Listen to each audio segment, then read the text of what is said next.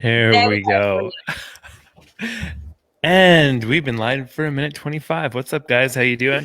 It's Jamie, Kylie, and Dean coming at you live from all across the world today.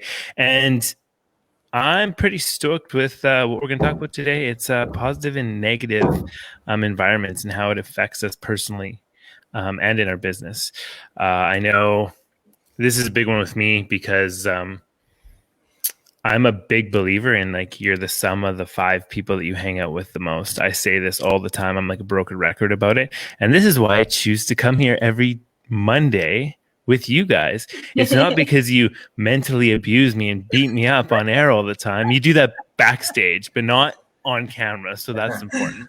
But it's literally the thing. It's why I come here and why I choose to hang out with you guys. It's a big thing. So before we get into it, how are you guys doing? How was your weekend? How was everything? Go on, Kylie.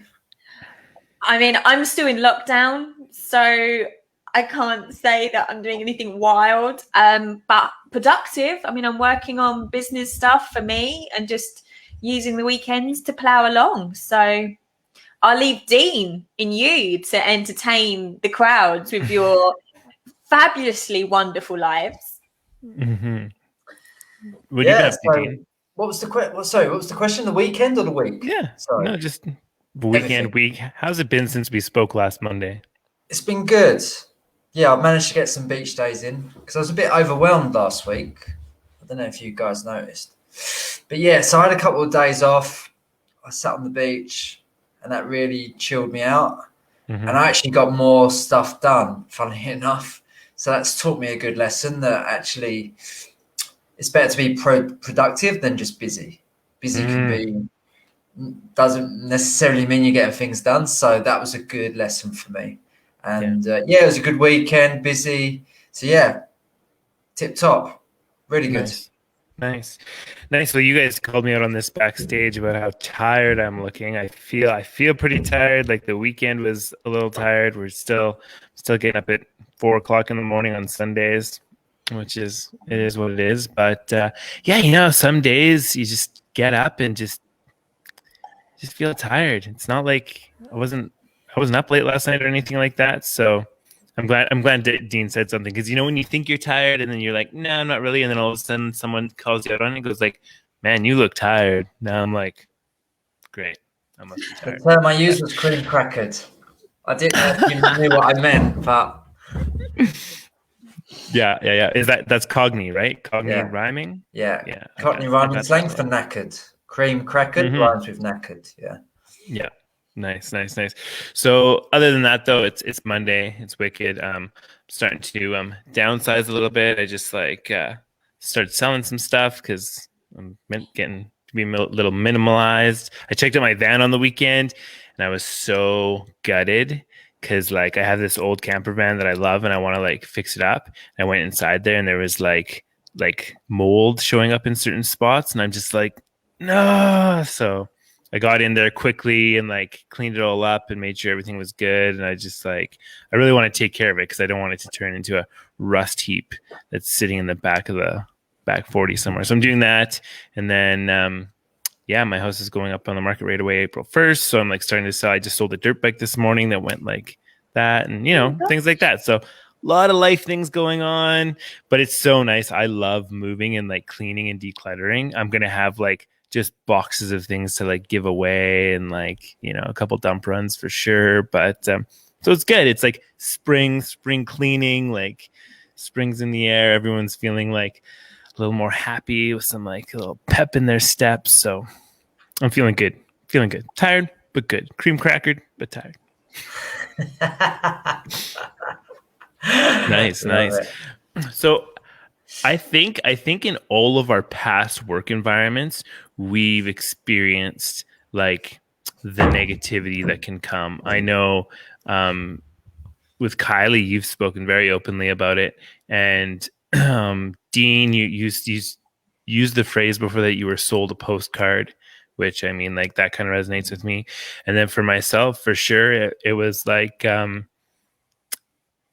it's hard when people are doing things they don't want to do. When you're in an environment and you're in a workplace where people are there because they feel like they have to be there and they don't want to be there, it's almost not their fault. They're just not the type of person they want to be. And I don't know if I've experienced this where I've gone to work before and I've worked with certain guys, and then they're totally different when you get them out of the workplace. You go and like have a beer with them or something like that, and you're like, holy shit, like this guy's actually cool. Like we relate about things, we talk about things, but then you get them into the workplace and they're just like the most awful person in the world.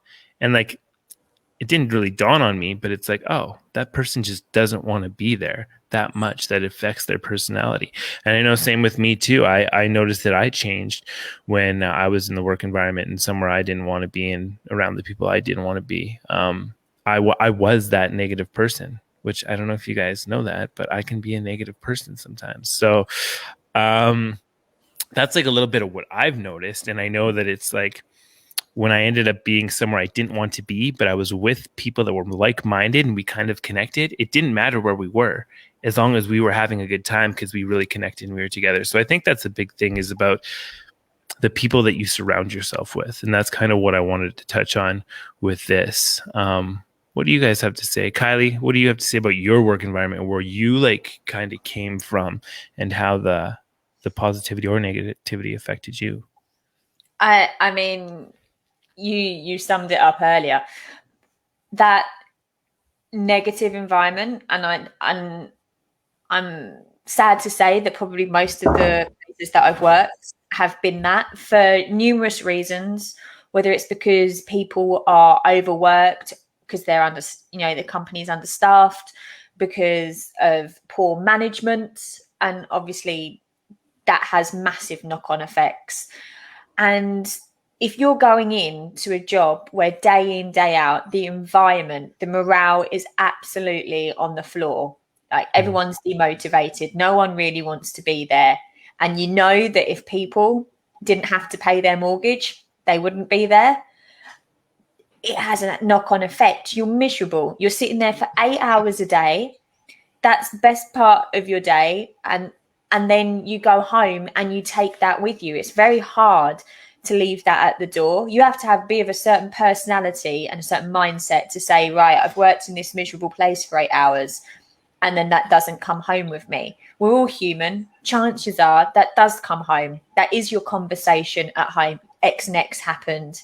And again, I've seen plenty of people where it's had a big impact on health. It's had a big impact on their relationships, because it's all consuming. And I mean, that's one of the things that we've championed and that we've spoken about so passionately when we've talked about coaching, because all of a sudden you're surrounded by these people that are like-minded, want to have similar conversations to you, but they're happy, and it's in it, and everyone is like encouraging everyone and like cheering everyone on. And that's sometimes hard to find in the workplace, especially as well if you add in potentially the layer of competitiveness. So I've worked in predominantly law firms up until recent years, and that is very much an environment where competitiveness is encouraged. So it's not the fact that you support your colleague, it's the fact that you're trying to outdo your colleague. So there's a whole variety of reasons why the workplace can be negative. And yeah, I mean, once you've morale's on the floor, it's really hard to pick people back up, motivate them. Totally. It is. Yeah. And like, do you feel, Dean, do you think that there's like, do you think it's not good to speak for people. Do you think there's like lots of people that get into these positions and they don't choose to be? Like for your example, like kind of touch on the whole postcard thing. Like you chose to be there, but then you got into it and kind of saw that it wasn't what you wanted. And then you made your exit. But how long was it between you knowing that it wasn't the postcard anymore to you making your exit? Yeah, it's an interesting one. I would say, just touching on what Kylie was saying, you know, you can choose your friends, but you can't choose your family, right? That's the saying that goes around. Mm-hmm. But the same is true for work. You don't choose who you're going to work with. And you think you're spending, say you're doing 9 to 5, you spend at least 7 hours a day with these people, and you share all you have in common is that you share the same bit of carpet. Mm-hmm. That's it. And you're supposed to be professional and get on and kind of click and work together and work as a team. But ultimately, you didn't choose these people, right? So you're kind of lumped in a place and kind of expected to get on with it. So that in itself brings, like Carly touched upon, a raft of different challenges, and the politics of work life, the morale, the competitiveness, everything that's kind of just chucked into the mix. There's a lot going on. And as a manager, that's the hardest bit. You know, it's not managing the job, it's managing the staff, it's the people, it's getting everyone on board and dealing with everything, not only what goes on within the office or the work, but outside of that, right? And what Kylie said, you know, if you've got a family bereavement, you're going to bring that with you and you're going to take it home with you, of course. So, yeah, I mean, it's a minefield. Going back to your question, how long did it take me? It didn't take me long, to be honest. It never normally does. It kind of, I was like, oh, okay, this isn't for me. But I'm going to squeeze every last drop out of it, and at least I'm one step closer to finding what I do want to do. So for me, there's positives in that. But yeah, I've been that guy that's kind of different at work, who's kind of miserable, sad, depressed. But with me, I always had a way out. My way out was traveling. My way out was the next adventure. Whereas a lot of the other guys, they didn't have that. And they would moan and whinge, but they wouldn't do anything about it. Mm-hmm. I would moan and whinge, but I would do it more internally. And normally, like, I never been sacked. I never been in any real trouble at work, to be honest. They've always thought I was a hard worker, but inside I was always moaning and whinging about the job and how it was going. But yeah, you are a product of your environment, like it or not. And it could range from people to the setting. But ultimately, if you want to change that, you know, you have to be realistic first and foremost, but you have to look at things that you can change within your control. Right? If you're financially, you cannot move, it's very difficult to move. Right? So there's no point trying to change that aspect, but there are other things that you could change. Maybe you could make where you live more brighter, you know, maybe change the decor, little tiny things that you have control over. And that's where I think that the real interesting bits start, because you're going to have to identify what's realistic and what's not, and what's attainable and what's not, because there's no point trying to, you know, what's the word? Go against the laws of nature and, you know, lift up your house and walk along with it like a Flintstones car. It's impossible. But I think that's quite interesting. So that's my 2 pence. Totally. I think you said something, it kind of made me think of something, that there could be people watching us and they're going like, I can't choose where I work because it's hard enough for me just to get a job. And you three are sitting here telling us to go find something we want to do and that we love and that we aspire to. And like, I'm just trying to rub two pennies together. I got like 3 mouths to feed. I have all this stuff. And this actually comes close to home because like, my girlfriend, she's in that position where she's working as hard as she can to like make things work and like feed her kids and stuff like that. And when we have these conversations, it's like I see her and it's a struggle just to live. But the idea, once it gets planted in there and somebody sees that it's like maybe there is a different way, it's like having those conversations and like being that person to sit and talk to this person and be like, you know, when she makes it, our stories are always the most powerful. So when she makes it and she's got her like business and she's done it, now she can go back and be like, I was right where you were 5 years ago or 3 years ago. And like, I can empathize with you. And that's why my story, I can empathize with the guys that are working up in Fort McMurray where I used to work and they don't want to be there because that's where I was. And that's why these stories are so great. And it's like, I don't want it to be like, That's why all three of us are here. All three of us have different stories and we can relate to somebody else. But the biggest thing, I think, is getting away of that negative environment. And like you said, Dean, it's like you don't get to choose those people you're around. And if you're in a shitty job that nobody wants to be in, what are some ways that people could like reframe or change that mindset in that environment, Kylie? I've actually been doing some posts on this sort of thing this like last week, because this is kind of bordering into my niche. And there's loads of little tips and tricks. I know from personal experience that actually, even though I've been in predominantly very negative environments, I've found some really great friends in my workplaces. And one of the things that's helped is having someone just to talk to. And I learned from a really early stage that I needed to take 5 as well. There are times when, my bosses have been shouting at me, or something's been going on, or the next email has come in and it's like, I don't know where I'm coming or going. And instead of sitting there and just stressing, because I suffer from IBS, so that really sets me off, is just to take 10 minutes. And whether that's to go outside and call someone and have a bit of a rant, or preferably to go outside and maybe meditate for like 10 minutes or think about something really happy. And then there's other little tips and tricks with work.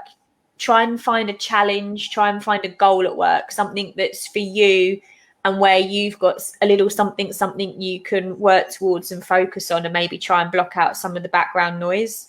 Mm-hmm. If there's any way to try and make your job a little bit more fun, if there's any little silly things that you can introduce into the day, and then even the practical things in terms of trying to overcome like overwhelm, in terms of like there's different ways of like, I don't know, organizing your day and making sure that you've got like your 3 priorities for the day, and everything else can go self, because you're one person with one pair of hands and you're doing your best. So there's loads of little ways. There's like hundreds of them out there, and I'm sure Dean and you will go on to name more, but there's loads of little tips and tricks to try and get through the day, because I've been in that position. I've been in positions where I've tried to find work, and for one reason or another, especially around the credit crunch time, etc., it's hard to get another job. And you need to also be grateful for what you've got sometimes, because you're like, okay, it's shit, but actually it's paying the mortgage, and it could be worse because I could be out of my ear. So I've got to make the best of this situation. So I get that. I get that there's plenty of people in that situation. Mm-hmm. Yeah. Dean, yeah, I know there was lots of times that I'd go on jobs and like I was hired and the person would be like, you're here for your positive mental attitude. I was like, because it's the thing is, it's like, it's contagious. And if that's the thing is, if you find people and they're happy and they're laughing, and it's like, I know if there was a certain boss on a certain job, I would want to be on that job, because that he made it was his job to make sure the guys had a good time and they were taken care of. And that's what it was. It wasn't about micromanaging or anything like that. And that's something to be said about a leader, is like learning that sort of thing. Have you had that experience? Yeah, I just wanted to say, actually, I think a lot has changed in the last 40 years, if maybe a little bit less. My dad used to work for the Bank of England, and he was in the pub more than he was at work. Yeah, snap, my lot too. And I think that what's happened is the standards have just gone up astronomically. And now companies want to squeeze every last drop out of you, every last drop. And because I think at the moment it's an employer's market, they can do that. You know, when my mum and dad were younger in London, you could leave your job Friday and get a new one Monday. It was that easy. It was that easy. So I feel that's an interesting dynamic if you're going to compare them like that. So actually, I think that the employers have a huge duty of care as well, and I think that they have a responsibility, and it's partly their responsibility to get people motivated. I know you have to be the biggest motivator is yourself, but also that is an element of it. It's a part of the jigsaw puzzle.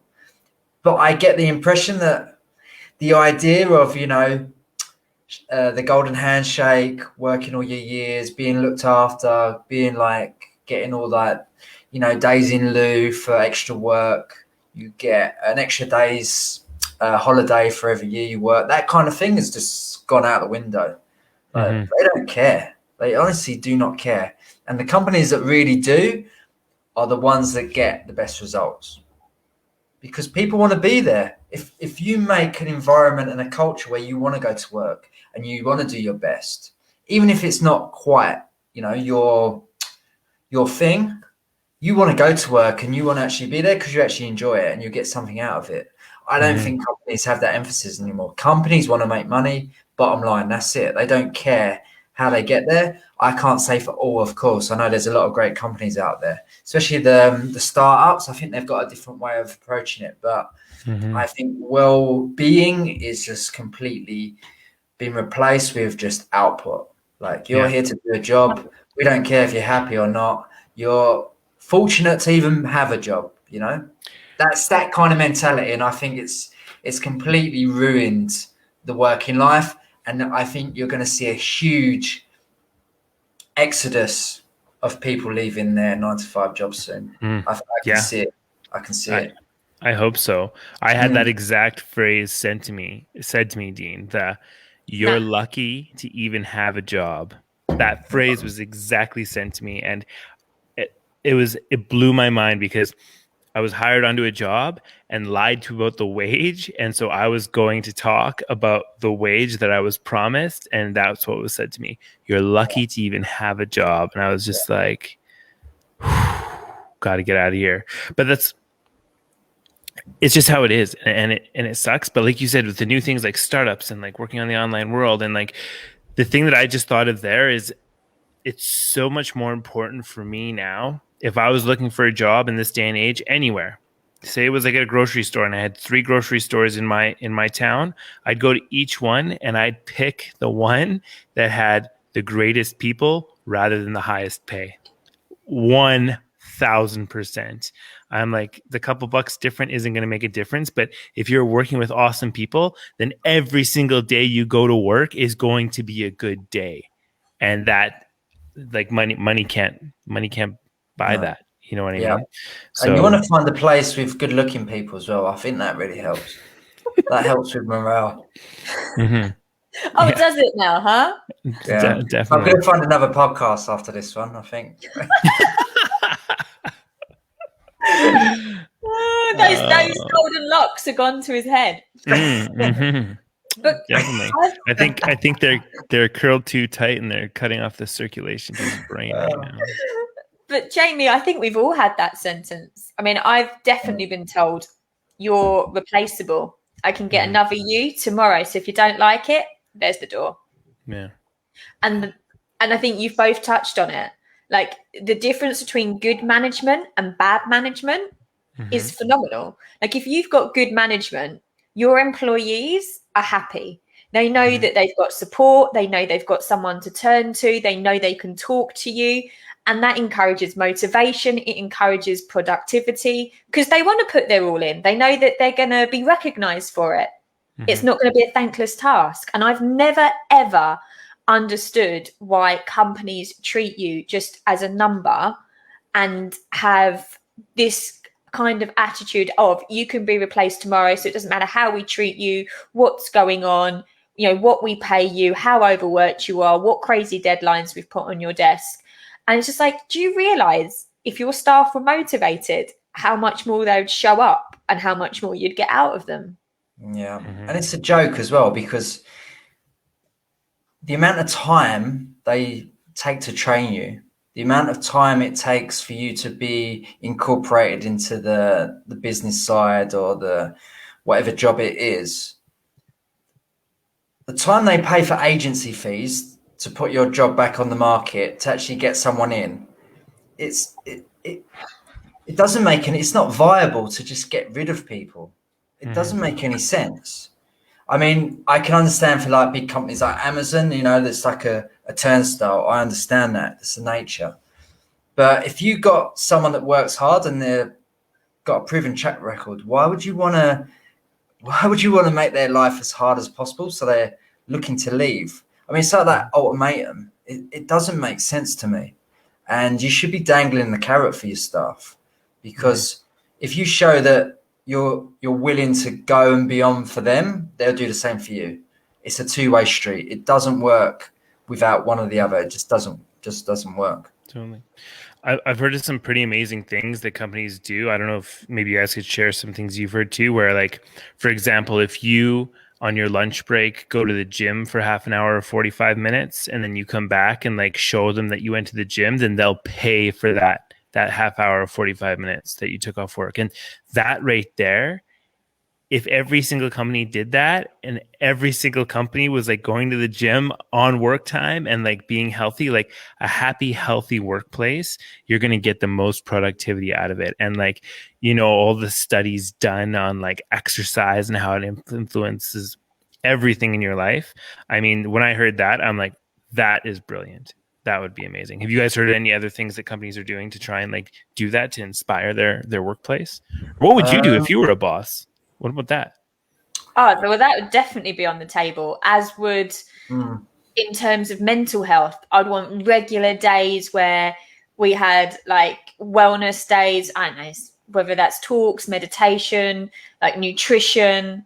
There'd be regular, like good, healthy food available. Like, and some of the companies that I've worked for, in fairness, have done that. There's always like fruit boxes, you know, laying around for etc. to encourage like promote some healthy eating. But yeah, just silly things. Even like days where the odd couple of companies where we've had some odd wellness days, and you've had people come in and you can go away for your desk for 10 minutes and go get a massage. Oh, wow. And just, you know, like 20 minutes away from your desk, complete and utter relaxation, go back. I don't know, you kind of feel a bit more energized, but also you kind of feel like, oh, they've done something nice for me today. Like it's appreciated. It is a two-way street. And if you think about how many companies probably suffer in terms of revenue and finances because of their employees being off sick, now whether that's because of mental health or physical health that's then affected by that, it doesn't make sense why you wouldn't look after your staff like with these sort of initiatives. Yeah. Totally. Awesome. What are like, so from all three of us, like what are the things that you can do to make that bit of a change? Like, for example, for me, what I found when I was in a job that I just didn't like, I started taking 2 45-minute walks a day. And I was like, in my mind, I'm like, if I get fired, so be it. If they're going to fire me for taking my time to go for a walk, like, and that alone was so huge. That like changed my mood, that changed my health, that changed everything. Like getting out of it, like when you're in a desk for 12 hours, moving for 45 minutes twice a day. I'm going to say that's one thing, hopefully. And even like if you're standing in one place, I think that's even worse. Like you may be on your feet, but like go out and get this consistent like movement of like half an hour, like back and forth. I think that's one of the simplest, best things a person can do for themselves is just go for a walk, smell the roses. Yeah, I like that. Mm-hmm. Yeah, I mean, I used to do I had different.